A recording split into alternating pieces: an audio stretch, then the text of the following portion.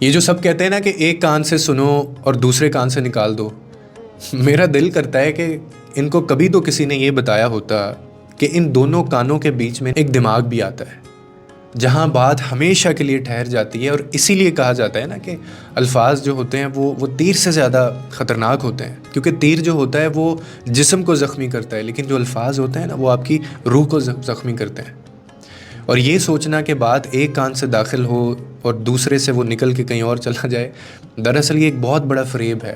حقیقت یہ ہے کہ ہر لفظ جو ہے وہ دل یا دماغ میں کہیں نہ کہیں آپ کے ٹھہر جاتا ہے. باتیں ہوا کی طرح تو نہیں ہوتی کہ وہ ادھر سے گزر جائیں، وہ دل اور دماغ کی دیواروں سے ٹکرا کر نقش چھوڑ جاتی ہیں آپ کے اندر.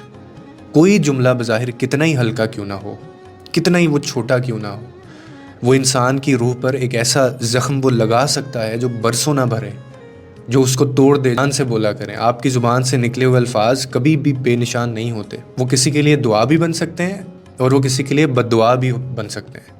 وہ کسی کا سہارا بھی بن سکتے ہیں اور وہ کسی کے لیے بوجھ بھی بن سکتے ہیں اس کی زندگی کا.